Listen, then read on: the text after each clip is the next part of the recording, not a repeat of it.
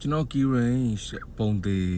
မရှိသလိုတခါတခါ page အမြင့်တွေရတယ်တခါတခါမရတော့ပြန်ဘူးတဲ့အတန်ကွဲတယ်လို့ဖြစ်သွားတယ်အတန်လည်းခဏဝင်တယ်တဲ့ကျောင်းဆရာဆိုတော့အတန်အားအရန်သုံးရတယ်ဆိုတော့ပြီးတော့အတန်တွေလည်းခဏဝင်တယ်ပေါ့နော်ဒီ brother ပြောကျွန်တော်တို့လည်းသင်းဆိုရဲလူတွေဆိုတော့အတန်ခဏဝင်ပါတယ်အတန်ခဏနာပါတယ်အဲ့ဒါကိုဘယ်လိုဟိုဖြစ်လဲဆိုတော့ကျွန်တော်လုပ်နေကြအရာလေးတစ်ခုရှိတယ်အဲ့ဒါကျွန်တော်ကဒီစားလေးတစ်စွန်းနဲ့ဒီရေဘူးလေးတစ်ဘူးရေတစ်ဘူးကိုပေါ့နော်1 လီတာဘူးကိုစားစွန်းတစ်ဝက်လောက်ကျွန်တော်ထည့်ပါတယ်ထည့်ပြီးအဲ့ဒါလေးကိုအမြဲဆောင်သွားပါတယ်ကျွန်တော်အတန်အဲ့လိုအတန်ပြင်းပြင်းထန်ထန်သုံးပြီးသွားတဲ့အခါတိုင်းအဲ့စားလေးနဲ့ကျွန်တော်ပလုတ်ကျင်းပါတယ်ဒီအာကောင်ထိပေါ့နော်ကျွန်တော်ဒီအာကောင်ထိဟိုမော့ပြီးတော့ပလုတ်ကျင်းပါတယ်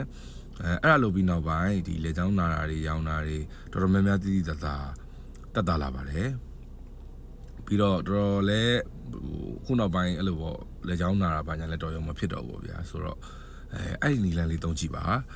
ဒါလည်းကျွန်တော်ဒါအခါအားလျော်စွာဖြစ်တဲ့အတွက်ကျွန်တော်ဝေမျှပေးတာပေါ့နော်ဆိုတော့အားလေးတကယ်အသုံးဝင်တယ်လို့ထင်ပါတယ်စမ်းကြည့်ပါကျွန်တော်ပြောချင်ပါတယ်ကျေးဇူးများတင်ပါတယ်